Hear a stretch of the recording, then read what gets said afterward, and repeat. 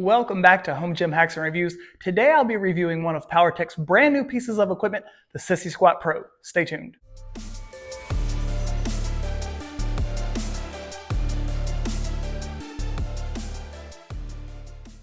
From time to time, I completely misjudge a piece of equipment. Well, I was wrong about the Powertec Sissy Squat. I've had this for a while. Truthfully, I never planned on reviewing it or even using it. When I initially got it, I was extremely impressed by the build quality.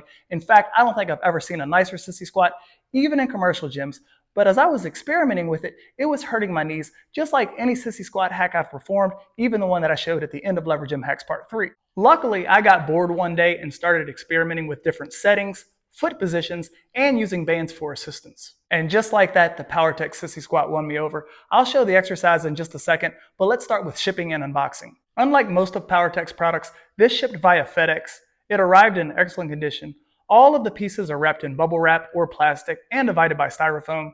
There's only one hardware pack and only a few total pieces, with the platform being the biggest and heaviest component of the Sissy Squat. I've mentioned this in my last few videos, but Powertec's instructions have become very good and easy to follow. With that being said, I encourage anyone who assembles this to read the description as well as look at the pictures, or you might make the same mistake that I did, where I assembled this, and then I wasn't able to get these leg rollers back into this piece. I also want to show this post isn't some hollow tube, but a threaded pipe. I found it easiest to put the Sissy Squat on its side to tighten the bolts.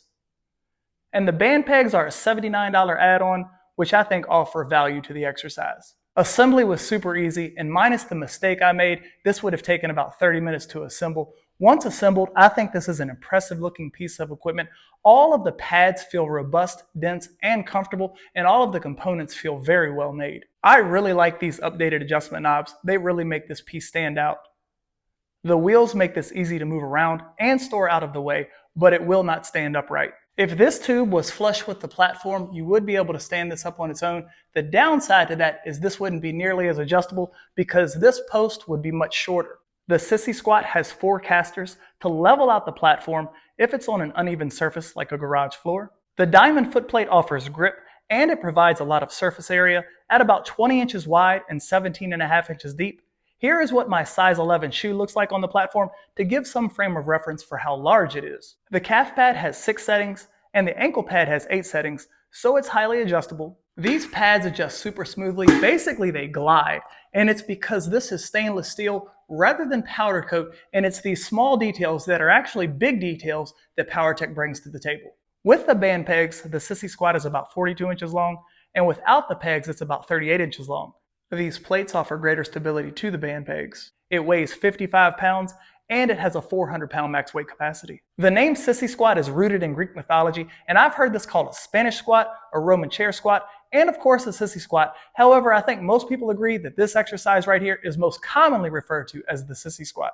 And I personally find that old school standing bodyweight Sissy Squat harder on my knees than using the Sissy Squat bench. When I was researching the Sissy Squat, the name Vince Gironda came up, and of course the late Doug Brignoli, who was a big advocate for this exercise. At the same time, there are plenty of people who say that this exercise is not very good for the knees, and the guy who tore both patella tendons as he was laying back parallel to the floor didn't do this exercise any favors. However, based on all the information I could find, if you have healthy knees, this exercise shouldn't be a problem and it shouldn't create a problem. Further, a lot of old school bodybuilders strongly believe in this piece of equipment. The Sissy Squat looks like and has some similarities to the leg extension, which is an open chain exercise. But since my feet are making contact with the platform, this is a closed chain exercise, and some people find closed chain exercises more knee friendly than open. It also looks a little like a yoga ball wall squat, but there's really no comparison. I can do countless wall squats, but I can't do nearly as many Sissy Squats. To get in the correct position, I adjust the calf pad so that it's just below the knees, and I've already taken care of that setting.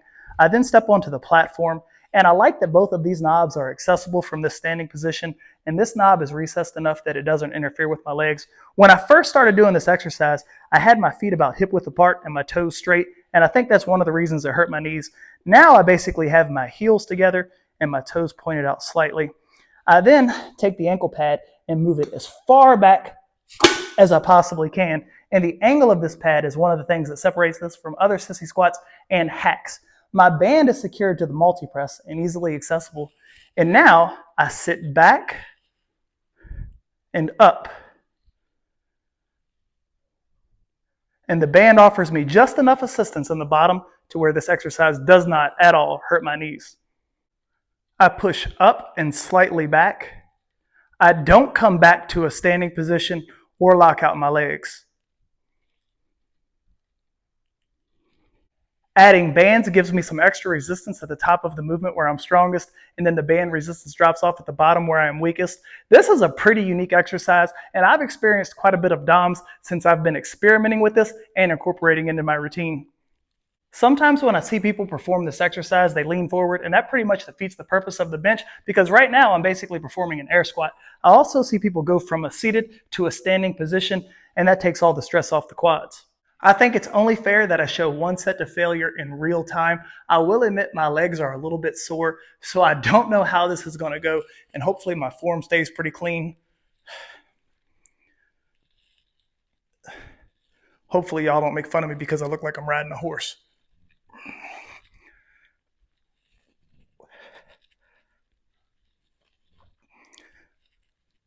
Ooh, that's 6. I'm on fire right now.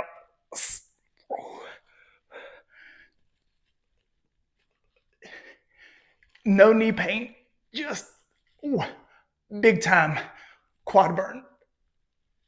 Oh, that's it. No way, no more.